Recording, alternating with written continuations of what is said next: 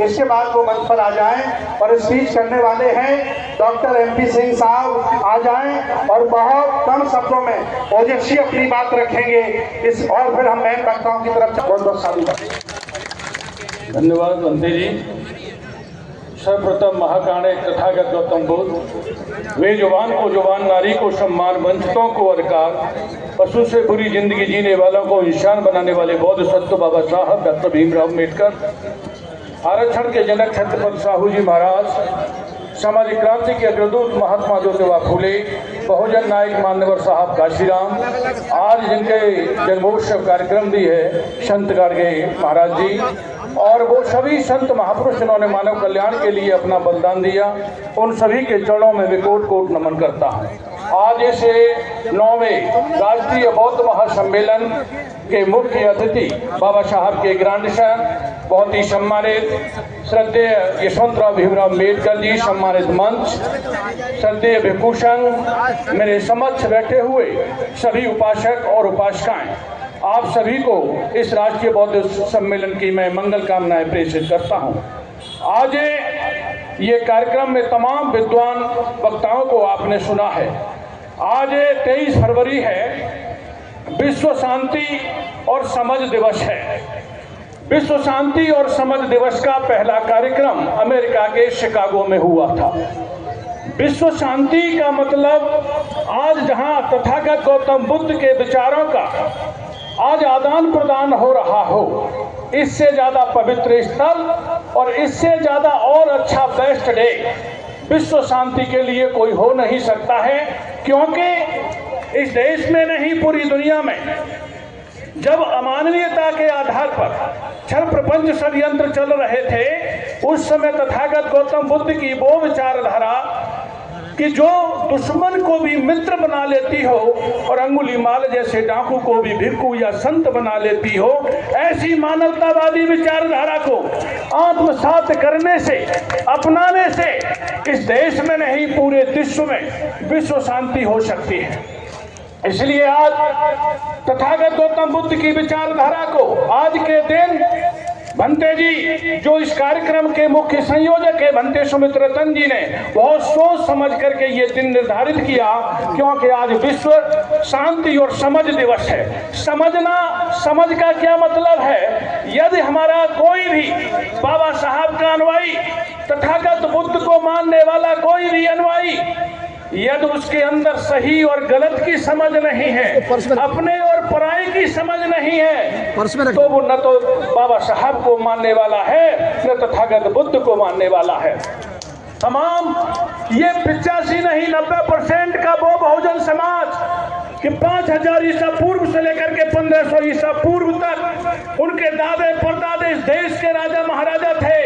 ये देश उनका था, ये जमीन उनकी थी, सब कुछ उनका था, और छल प्रपंच षड्यंत्र से उनको बेघर कर दिया गया, तहस नहस कर दिया गया, क्योंकि उन्होंने बांटा तो हम बट गए और उन्होंने लड़ाया तो वो हम लड़ गए, इसलिए वो देश के शासक बन गए। आज भी तमाम 6743 जातियों में कोरी खटी धोबी धानुक चमार हिंद गडरिया नाई में किसी को वो नीचा बनाते हैं तो वो नीचा बन जाता है, जिसको वो ऊंचा बनाते हैं तो वो ऊंचा बन जाता है, जिसको श्रेष्ठ बनाते हैं तो वो श्रेष्ठ बन जाता है, जिसको वो नीच बनाते हैं तो वो नीच बन जाता है। ये उनकी गलती नहीं है। विरोधी का तो छल प्रपंच षड्यंत्र रहेगा, लेकिन देश के बहुजन वो समाज जो बाबा साहब का अनुयायी बनता है, तथागत बुद्ध का अनुयायी बनता है, उसने भी वह सब माना जो उसने कहा। यदि आज इस झांसी के किसी भी चौराहे पर कोई खराब दुकान, खराब सामान बेचने वाली दुकान खुली हुई है, आज एक बार धोखा हो सकता है कि आप उस दुकान से खराब सामान खरीद लाओ, लेकिन बार बार धोखा होता है तो जानबूझ करके किया जा रहा है।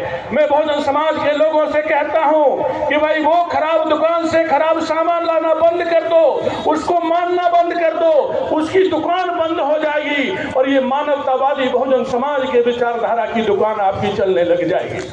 जिसको लेकर के आप यहाँ बैठे हुए हो, आपकी चिंता है कि वो बाबा साहब जिन्होंने अपना परिवार नहीं देखा, अपना शरीर नहीं देखा, रातों दिन मेहनत करके उन परिस्थिति और हालातों में पढ़े कि जब पढ़ने का अधिकार नहीं था इस समाज के लोगों को, पढ़ लिख करके ये युवाओं को सीख लेने की जरूरत है। जब पढ़ने का अधिकार नहीं था तो बाबा साहब इतने पढ़े कि दुनिया में आज तक उनके बराबर कोई पढ़ नहीं पाया, कोई शिक्षा नहीं ले पाया।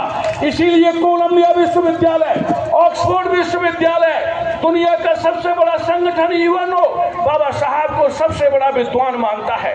हमारे समाज को गर्व और गौरव होना चाहिए कि जो हमारे बहुजन महापुरुषों ने कहा, तथागत गौतम बुद्ध ने कहा, साहू फूले पेरियार ने कहा, बाबा साहब ने सभी बहुजन महापुरुषों के विचारों को पढ़ा, समझा और जाना, और उनका जब मौका मिला संविधान बनाने का तो उनके विचारों को कानून का रूप दे दिया, कानून बना दिया बाबा साहब ने। ऐसा महामानव उन हालात और परिस्थितियों में आपको, जिसको पढ़ने का अधिकार नहीं था उसे पढ़ाने वाला बना दिया, जिसको बोलने का अधिकार नहीं ठहरने वाला बना दिया, जिसको लड़ावनी पे बैठाया जाता था उसे गाड़ी घोड़े बंगले में बैठा दिया। ऐसा महामानव बाबा साहब डॉक्टर भीमराव अंबेडकर आपको एक रास्ता दे के गए। कौन सा रास्ता? उस रास्ते को समझने की जरूरत है। आज इस पवित्र स्थल से संकल्प लेकर के जाओ कि जो बाबा साहब डॉक्टर अंबेडकर ने हमें जीवन शैली दी है, तथागत गौतम बुद्ध का विचार दिया है, उसी के अनुसार हम जन्म संस्कार, विवाह संस्कार, मृतक संस्कार करेंगे। ये देश जा रहा है विज्ञान की ओर, ये दुनिया जा रही है विज्ञान की ओर, और ये समाज को ले जा रहा है लोग अंधविश्वास की ओर। ये सबसे बड़ा खतरा है जो बाबा साहब ने दिया। शिक्षा, रोजी रोजगार, सम्मान, संविधान, सब कुछ खतरे में है। यदि आप उसे बचाना चाहते हो तो मैं कहना चाहता हूं साथियों, सबसे बड़ा मनवादी वो है जो समाज को, बहुजन समाज को बांटने का काम कर रहा है, और सबसे बड़ा अम्बेडकरवादी वो है जो बहुजन समाज को जोड़ने का काम कर रहा है। समता, समानता, बंधुत्व, भाईचारा, करुणा, मैत्री के आधार पर काम करने वाला व्यक्ति अम्बेडकरवादी है। और इसके विपरीत जो समाज को बांटना है, क्षेत्रवाद, जातिवाद, उपजातिवाद के आधार पर जो समाज को बांट रहा है, वो समाज का सबसे बड़ा विरोधी है। एक बात और मैं कहना चाहूंगा, बड़ा राष्ट्रवाद की बात की जाती है, जो भारतीय संविधान के अनुसार कार्य, व्यवहार और आचरण करे वो सबसे बड़ा राष्ट्रवादी है, और भारतीय संविधान के विरुद्ध कार्य, व्यवहार और आचरण करे, चाहे वो दिल्ली वाला हो चाहे लखनऊ वाला, वो सबसे बड़ा राष्ट्रद्रोही है। ये बात समझनी होगी साथियों। मैं ज्यादा न कहते हुए अपनी बात खत्म करना चाहता हूँ। समाज की सबसे बड़ी बुराई को मैं दूर करने के लिए बात कहूंगा, जाम पर जाम पीने से क्या फायदा, शाम को पी सुबह उतर जाएगी। बाबा के आदर्शों की प्याली पी ले, तेरी जिंदगी सुधर जाएगी, सुधर जाएगी। जय भीम, जय भारत, जय संविधान।